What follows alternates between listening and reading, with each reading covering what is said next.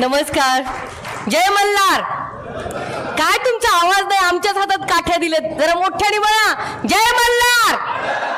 एकट एकट एकट एकट. आज या ठिकाणी विधानसभेच्या निवडणुकीच्या निमित्ताने आज आम्ही सगळेजण निलंगा नगरीत उपस्थित आहोत. आपल्या सर्वांचे महाविकास आघाडीचे अधिकृत उमेदवार, माझे बंधू, चळवळीतले सहकारी आणि सामान्य घरातला मुलगा, सामान्य घरातला युवक म्हणून मी पहिले तुमचं अभिनंदन करेन की राष्ट्रीय भारतीय काँग्रेसने सामान्य मुलाला संधी दिलेली आहे आणि असं सांगितलेलं आहे की अब राजा का बेटा राजा नहीं बनेगा, प्रजा का बेटा राजा बनेगा. आणि मला आनंद वाटला आज या ठिकाणी माझे बंधू अभयदादांच्या प्रचारानिमित्त उपस्थित असताना आमचे मार्गदर्शक, राज्याचे नेते आदरणीय आप्पा रुपनावर साहेब आणि इंदोर संस्थानचे राजे, आमचे मार्गदर्शक सन्माननीय भूषणसिंह महाराज साहेब, या ठिकाणी उपस्थित असलेले पाटील काका, या ठिकाणी उपस्थित असलेले शेख साहेब, उपस्थित सर्व मंडळी, कोणाचं नाव विसरले असेल तर माफ करा. मला एकनाथ सर म्हटले की ताई तिथं 2 वाजता एक मेळावा आहे लातूरला, जास्त वेळ नको घ्यायला, म्हणून मी कमी शब्दात बॅटिंग करावी म्हणते. आपल्या सगळ्यांच्या समोर एक अतिशय उमदा उमेदवार, या मातीला न्याय देणारा. मगाशी कोणीतरी सांगितलं की निलंगा नगरीमध्ये स्वर्गीय माजी मुख्यमंत्री निलंगेकर साहेबांचं मोठं योगदान आहे, परंतु तसं योगदान देण्याची क्षमता पुढच्या पिढीमध्ये दिसत नाही. आणि म्हणूनच आम्ही आमचा खमका उमेदवार, जनतेतला उमेदवार आणि जनतेचे प्रश्न मांडणारा उमेदवार म्हणून अभयदादाची निवड केलेली आहे. आम्ही सगळेजण आवर्जून त्यांच्या प्रचारासाठी, एका सामान्य घरातल्या चळवळीतल्या मुलासाठी, त्या पोरग्यासाठी लढण्यासाठी आम्ही इथं उपस्थित आहोत. आज या ठिकाणी धनगर मेळाव्याला बोलवलंय. अभयदादा, मी इथंच सांगते रेकॉर्डवर, जे पहिले पाडे 55 आहेत आमदाराचे ते तुमचे नको आहेत. मराठा आरक्षणाचा प्रश्न मांडाच, पण त्याचबरोबर दऱ्याखोऱ्यात असणाऱ्या माझ्या धनगर समाजाचा तो प्रश्न तुम्ही मांडा. आणि हे रेकॉर्ड करून घ्या. जेव्हा ते आमदार होतील तेव्हा मीच विधानसभेच्या पायरीवरती आडवेन की आम्ही प्रचार करायला आलो होतो, नुसता प्रचार करणार नाहीत. धनगर समाजाला आता तुम्ही काठी दिलेली आहे, घोंगडं दिलेली आहे. लोक घरात काठ्या नेऊन ठेवतील, परंतु जर कोणी आमचं आरक्षण हिसकावून घेण्याचा प्रयत्न केला, लबाडी केली, तर त्या काठीने या भाजपला झोडपण्याची ताकद या धनगर समाजामध्ये. मगाशी माझे बंधू बोलत होते, त्यांनी विषय मांडला की या ठिकाणी एवढा मोठा धनगर समाज असताना सुद्धा सन्माननीय आमदार साहेबांनी विचार केला का हो? किती तुमचे जिल्हा परिषदचे मेंबर आहेत निलंगा तालुक्यात? मला एक सांगा, एक माणूस नाही का हो? हा अन्याय. तुम्हाला निवडून येण्यासाठी आमच्या समाजाची मतं लागतात, परंतु आमचा माणूस चालत नाही. आणि हीच ती वेळ आहे घरी बसवायची. घरी बसवा. ज्या लोकांना, ज्या आमदाराला आमच्या समाजाचं पडलं नाही, आणि हा छत्रपती शिवाजी महाराजांचा महाराष्ट्र आहे, डॉक्टर बाबासाहेब आंबेडकरांचा महाराष्ट्र आहे. आम्ही या महाराष्ट्रामध्ये आमचा हक्क मागणार. कशासाठी भांडण लावले हो भाजपनी? मराठा वर्सेस ओबीसी अजिबात नाही. अभय दादा, का आपण प्रचाराला आलो तुमच्या? हा छत्रपती शिवरायांचा महाराष्ट्र आहे, हा 18 पगार जातींचा महाराष्ट्र आहे. इथं कोणी मोठा नाही, कोणी छोटा नाही, सगळे सारखे आहेत. आणि मराठा बांधव असेल, धनगर बांधव असेल, मुस्लिम बांधव असेल, आमचा जो कोणी बांधव आहे, दलित बांधव असेल, आम्ही सगळे भाऊ आहेत. संविधानाने आम्हाला ही ताकद दिलेली आहे. भांडणं लावायचे, नाटकं करायचे. आप्पा, तुम्हाला सांगते मी, तुम्ही ज्येष्ठ आहात, तुम्हाला अभ्यास आहे महाराष्ट्राचा. मधूनच कुठून आले हो धनगर समाजाचे दाखले? एवढे दिवस कुठे गेले होते? ते म्हणतात ना 1.5 दिवसात कोलवसात. कुठून आले हे 2-4 लोक? माझ्या भाषणाची स्टाईल कुणाला आवडू न आवडू काका, जे माझ्या मनात आहे ते माझ्या तोंडात असतं. अजिबात ही लबाडी चालणार नाही. अरे कुठून आले धनगर समाज? भूषण साहेब, तुम्हाला सांगते मी, मधूनच जन्माला आले हो. मागच्या 6 महिन्यात, 4-6 महिन्यात हे माणसं धनगर समाजाचे आहेत. आणि कन्नड मध्ये असं कुटुंब धनगर सापडलंय. अरे नाटक लबाडांनो, या धनगर समाजाचं आरक्षण रोखण्यासाठी ही तुमची नालायकी आहे, हे षडयंत्र आहे. आणि येणाऱ्या विधानसभेत तुम्हाला जर यांना धडा शिकवायचा असेल तर मतदान पेटीमधून तो धडा शिकवावा लागेल. या भाजपला कळू द्या, 2014ला देवेंद्रजींना तुम्ही मुख्यमंत्री केलं, आम्ही मुख्यमंत्री केलं आणि ते जाहीरपणे मान्य करतात. आताच काय खुपलं हो त्यांना?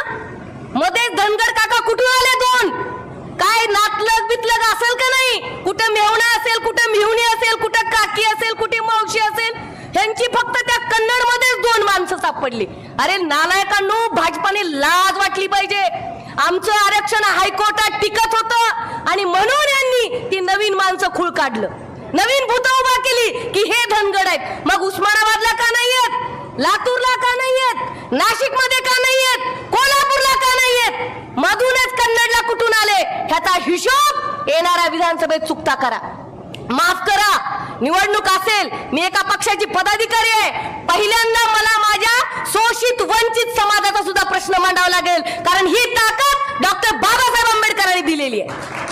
बाबासाहेबांनी सुद्धा केंद्रीय मंत्र्याचा राजीनामा त्या सरकारच्या तोंडावर टाकला होता, कारण तुम्ही चुकला की ठोकला ही आमची पद्धत आहे आणि ठोकल्याशिवाय राहणार नाही.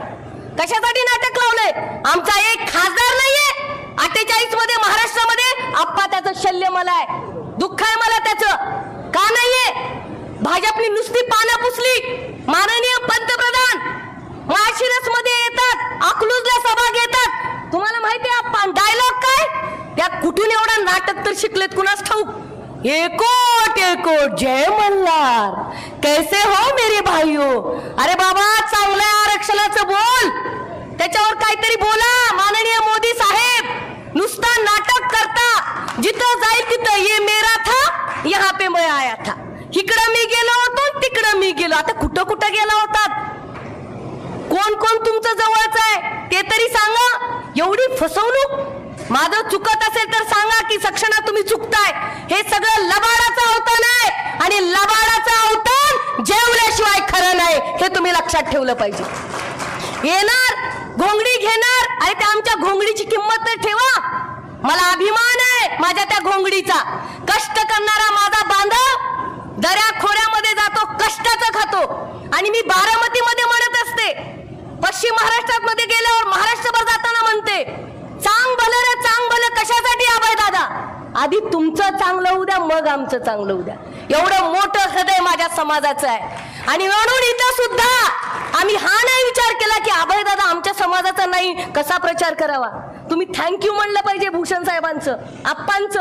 एवढं मोठं मन करून शेख साहेब आम्ही आलोत आणि आलं पाहिजे. हे या देशाचं, या महाराष्ट्राचं सौंदर्य आहे. अहिल्यादेवी होळकरांनी कधी जातपात बघितली नाही.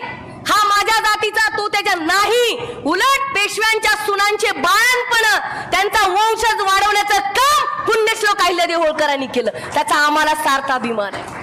इतिहास आहे आम्हाला. तुम्ही जे ऐकता अटके पार झेंडा, अटके पार झेंडा, अटके पार झेंडा म्हणजे कुठेतरी विशीवर जाऊन झेंडा लावणं नाही. देशाच्या पलीकडे वायव्य सरहदेला जाऊन अफगाणिस्तान मध्ये अटक नावाचा जिल्हा आहे, तिथे हिंदवी स्वराज्याची पताका फडकवणारा खरा सिंह मावळा, मर्द मावळा मल्हारराव होळकर आहे आणि तो वारसा आमचा आहे. आणि म्हणून तुम्ही जे म्हणलात ना रणरागिणी रणर, डीएनए आमचा. आम्ही आहे क्षत्रिय. चुकलं की ठोकतो. आम्हाला कशाची पैशाची गरज नाही. आम्ही खरं बोलणार, खरं वागणार आणि स्वाभिमानाने टाईट कॉलर करून जगणार, ही आमची प्रथा आहे.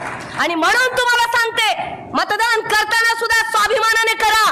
जो चुकलाय त्याला ठोका आणि त्यांना सांगून ठेवा की जे पेशव्यांनी केलं ते तुम्ही करू नका. पेशव्यांची जी भाकरी शाबूत होती ना, ती आमच्यामुळे होती. या होळकर घराणेशाहीमुळे होते, होळकरांच्या वंशजामुळे होते, होळकर राजामुळे होती. आणि राघोबा दादा जर आजच्या काळात जन्माला आला तर अहिल्यादेवींचे वारस आम्ही विचारांचे. आम्हाला माघारी कसा परतवायचा, वेशीवरून कसा डांबून टाकायचं हे कळतं, हे मला सांगायचंय. इतिहास विसरू नका. आणि यांना विचारा, अधिवेशनामध्ये किती वेळा धनगर समाजाचा प्रश्न मांडला? यांनाच नाही सगळ्यांना विचारते. हाच प्रश्न जतला मी गोपीचंदला सुद्धा विचारणार आहे. किती वेळा मांडला? अजिबात भेदभाव करायचा नाही, सगळ्याला एक साथ मांडला पाहिजे का नाही मला सांगा ना तुम्ही. सगळ्यांनी जाऊन विचारलं पाहिजे की तुम्ही आरक्षणाचा मुद्दा मांडला, इथं यायचं ते मगाशी म्हणल्यासारखं घोंगडी अंगावर टाकायची, आमचाच फेटा बांधायचा. अरे काय खेळ खंडोबा लावलाय?